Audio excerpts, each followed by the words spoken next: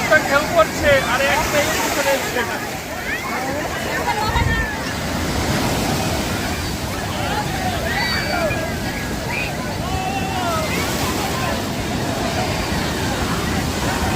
সমুদ্রে আমরা খুব আনন্দ করলাম, অনেকক্ষণ সময় ধরে আমরা স্নান সেরেছি। হ্যালো ফ্রেন্ডস, সবাইকে আরেকটি নতুন ভিডিওতে স্বাগত জানাই।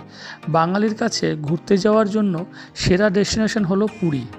আর এই জন্যই আমরাও গত 20/3/2026 তারিখে রাতের ট্রেন ধরে 21/3/2026 তারিখে সকাল সকাল পৌঁছে গিয়েছিলাম পুরীতে। তো পুরীতে আমরা কোন ট্রেনে গিয়েছিলাম, ট্রেনের অভিজ্ঞতা কেমন ছিল, তারপরে আমরা স্বর্গদ্বারের কাছে কোথায় হোটেল নিয়েছিলাম কম খরচে, পুরীতে পৌঁছে প্রথম দিনে যে সমস্ত লোকাল সাইট সিন কভার করলাম, তার সম্পূর্ণ খুঁটিনাটি বিষয় আজকের এই ভিডিওতে থাকবে। তো ভিডিওটি স্কিপ করবেন না, চলুন ভিডিও শুরু করা যাক। আমরা যেহেতু শিয়ালদহ থেকে যাত্রা শুরু করেছিলাম, তাই আমরা শিয়ালদহ থেকে প্রথমে মেট্রো ধরে হাওড়া স্টেশনে পৌঁছে গিয়েছিলাম 20 টাকা দিয়ে। তারপরে হাওড়া স্টেশন থেকে মাত্র 15 টাকা দিয়ে বাসে করে পৌঁছে গিয়েছিলাম শালিমার স্টেশন। পুরীতে বাজে এখন 6:22 আর 6:55 আমাদের ট্রেন শালিমার থেকে পুরী যাওয়ার জগন্নাথ এক্সপ্রেস। তো আমাদের যে রিজার্ভেশন রয়েছে S4-এ।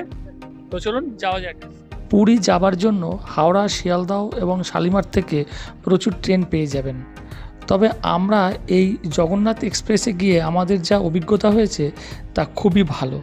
আমি বলবো এই ট্রেনটি খুবই ভালো ট্রেন। এই ট্রেনে করেই আপনারা জার্নি করতে পারেন। সন্ধ্যা 6:55 ছেড়েছিল আর পরের দিন ভোর 4:30টায় পৌঁছে দিয়েছিল, একদম রাইট টাইমে। আর আমাদের স্লিপার কোচের ভাড়া পড়েছিল মাত্র 310 টাকা। তো একদম কম খরচে আপনি কিন্তু পুরী এই ট্রেনে করে পৌঁছে যেতে পারেন। আমাদের সিট পজিশনও খুব ভালোই ছিল। সকাল 5টা বাজে আমরা এসে পৌঁছে গেছি পুরী স্টেশনে। আজকের 21 তারিখ 21/3/2026। এই যে দাঁড়িয়ে আছে আমার সাথে, প্ল্যাটফর্ম নাম্বার 3-তে দিয়েছে। এবার আমরা প্ল্যাটফর্ম থেকে বাইরে বেরিয়ে যাব। আমাদের প্রথম কাজ একটা হোটেল নেওয়া, ঠিক আছে? পুরী স্টেশনকে খুব সুন্দরভাবে সাজিয়ে তোলা হচ্ছে, তার জন্য আমরা এই 6-7 প্ল্যাটফর্মের দিকটা থেকে বাইরে বেরিয়ে আসলাম। এখানে দেখুন পুরো সেট করে দেওয়া আছে, এখানে সমস্ত যাত্রীরা ওয়েটিং করতে পারবে এবং এখানে টেম্পোরারি টিকিট কাউন্টারও করে রাখা হয়েছে। আর এখান থেকে সোজা বেরিয়ে গেলেই সামনেই পুরো অটো স্ট্যান্ড এবং ম্যাজিক গাড়ি স্ট্যান্ড সব রয়েছে। স্টেশন থেকে বেরিয়ে আমরা এই যে গাড়িটা ভাড়া নিয়েছি, আমরা টোটাল 8 জন রয়েছি। 500 টাকা নিয়েছে। স্বর্গদ্বারে নিয়ে যাবে। পুরীর স্বর্গদ্বারের কাছেই একদম আমরা যে হোটেলে ছিলাম, হোটেলের লোকেশনটা এবং হোটেলটা আপনাদের একবার দেখিয়ে দিচ্ছি। গণেশ নিবাস, ঠিক আছে?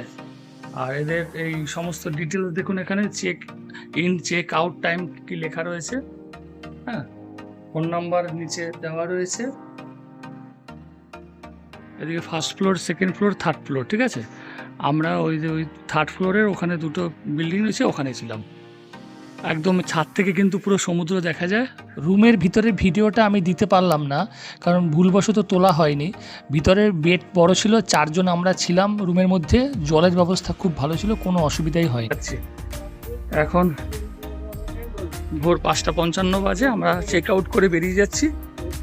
এই দেখুন বিদুর মঠ, এই একটা গলি চলে গেছে, এদিক থেকেও আপনি যেতে পারেন আর এই গেটটা থেকেও ঢুকতে পারেন। নিউ হোটেল সি পাল রয়েছে, তারপরে সামনেই কিন্তু চকটা রয়েছে। ওখান থেকে আমি বেরোলেই কিন্তু ডান দিকে দেখুন গাঙ্গুরাম সুইটস, এখানে পরপর রয়েছে হ্যান্ডলুম, ওইটা রয়েছে। এখানে সব অটো ফটো সব পেয়ে যাবেন। এই গলি থেকে একটুখানি এগুলোই সামনে আছে 12 সেবাশ্রম সংঘ। এই যে চৈতন্য মহাপ্রভুর স্ট্যাচু রয়েছে এখানে। স্ট্যাচু থেকে কিন্তু এদিকে একটা বাঁদিকে রাস্তা চলে গেছে, একটা ডান দিকে রাস্তা চলে গেছে। তো এই ডান দিকে রাস্তা ধরে এগুলোই সামনেই হচ্ছে ওই গণেশ নিবাস। আর এই হচ্ছে তার উল্টো দিকেই হচ্ছে সি বিচ, ঠিক আছে, স্বর্গদ্বারের। তো গণেশ নিবাসের যে আমরা হোটেলে ছিলাম, সেই হোটেলে আমাদের পার নাইট 1000 টাকা করে নিয়েছে। আর 25 টাকা করে হচ্ছে পার ডে হিসাবে মাসিদের একটা টাকা দিতে হয় যারা পরিষ্কার পরিচ্ছন্ন করে। তো আমরা সকাল সকাল হোটেলে চেক ইন করে সকালে ব্রেকফাস্ট সেরে আমরা সমুদ্রে চলে এসেছিলাম স্নান করার জন্য। প্রায় 2 থেকে 3 ঘন্টা স্নান সেরেছিলাম সমুদ্রে। খুবই আনন্দ করেছি, খুব মজা করেছি, ভীষণ বড় বড় ঢেউ ছিল।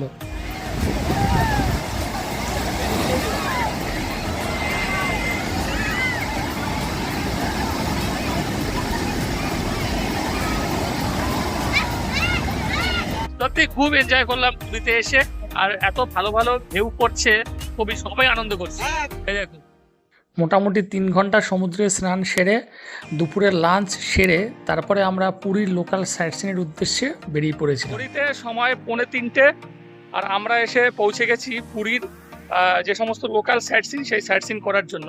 এই যে অটোটা আমরা 850 টাকা পড়েছে এই অটোটা, আর যে টোটাল আমাদের লোকাল সাইট সিন গুলো ঘুরে দেখাবে। পুরো টিম প্রথম সাইট সিন দর্শনের জন্য এসেছে পুরীতে। চলো যাওয়া যাক। প্রথম সাইট সিন বিপত্তারিণী চণ্ডীবাড়ি, সকাল 6টা থেকে 11টা পর্যন্ত, আবার বিকেল 2:30 থেকে সন্ধ্যে 6টা পর্যন্ত খোলা থাকে।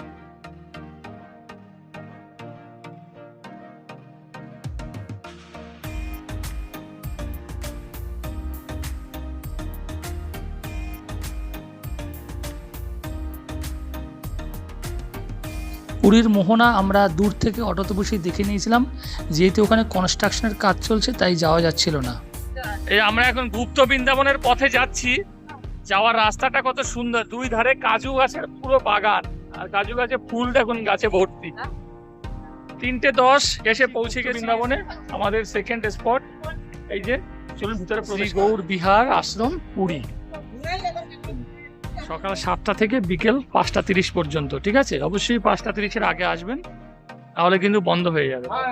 ভিতরে ঢুকেই হাতি রয়েছে দুদিকে দুটো, আর এখানে গণেশ।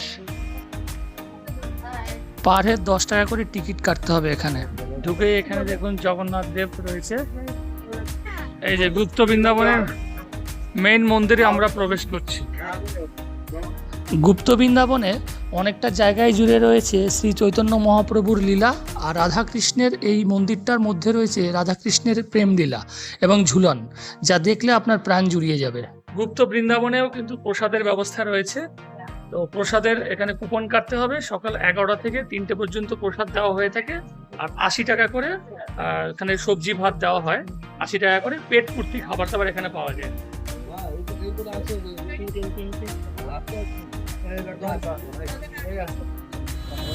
108 শিব মন্দির দেখার জন্য আমরা যাচ্ছি।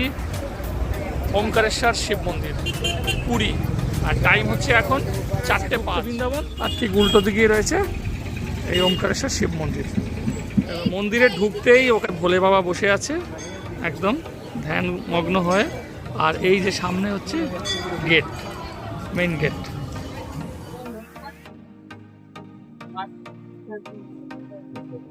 খুবই সুন্দর মন্দির কিন্তু।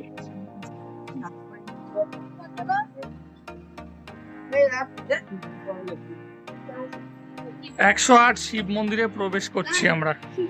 স্বপ্নেশ্বর, ফটকেশ্বর, সব ঠাকুরের আলাদা আলাদা নাম। জলেশ্বর,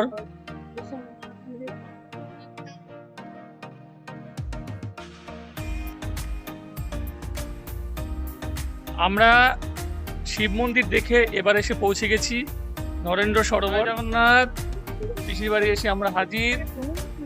দেখে নিন, মাসির বাড়িটা বন্ধ আছে, ওদিকটা আমরা আর যাবো না, পিসির বাড়িটাই দেখ।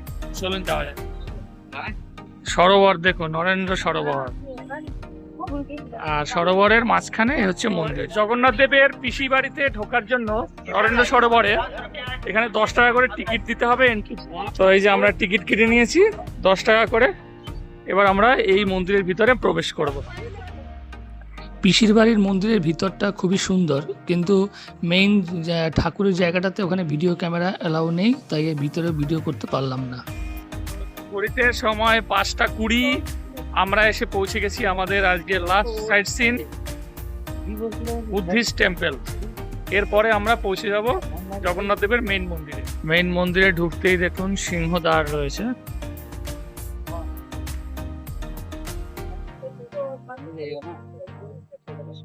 এখানে সমস্ত দক্ষ কারিগরদের আপনি দেখতে পাবেন, যারা পাথরের ভাস্কর্য তৈরি করছে খুব নিখুঁতভাবে। বিকেল 5:55 আমরা এসে পৌঁছে গেছি পুরীর মন্দিরের সামনে। এখান থেকে কিছুটা দূর যেতে হবে। তো সমস্ত লোকাল সাইট সিন সেরে লাস্ট আমরা এসে পুরীর মন্দিরের এখন দর্শন করব। কিন্তু কোনো মানে বড় যে অটোগুলো আছে সেগুলো কিন্তু অ্যালাউ নেই। শুধু পায়ে হেঁটেই কিন্তু যেতে হবে এই জায়গাটা থেকে, ঠিক আছে? আর দূরে সেই মন্দিরের চূড়া দেখা যাচ্ছে। এখন পরে আমরা যাব মন্দিরের ভিতরে, কিন্তু কোনো কিছু নিয়ে যাওয়া যাবে না, কোনো গ্যাজেট, সমস্ত কিছু একদম রেখে তারপরে ভিতরে প্রবেশ করতে হবে। ভিতরে কিছুই দেখাতে পারবো না, বাইরে থেকে যতটা পারবো আপনাদেরকে দেখাবো। আমরা সবাই এখন মেন মন্দিরের সামনে দাঁড়িয়ে আছি। এবার আমরা মেন মন্দিরের ভিতরে প্রবেশ করব সমস্ত কিছু জমা করে, ঠিক আছে? ভিতরে কিছু নিয়ে যাওয়া যাবে না। এই হলো মেইন পুরীর মন্দির। আমরা শনিবার দিন গিয়েছিলাম বলে প্রচণ্ড লাইন ছিল, প্রায় 5.5 ঘন্টা লাইনে দাঁড়ানোর পরে তারপরে আমরা জগন্নাথ দেবের দর্শন করতে পেরেছিলাম।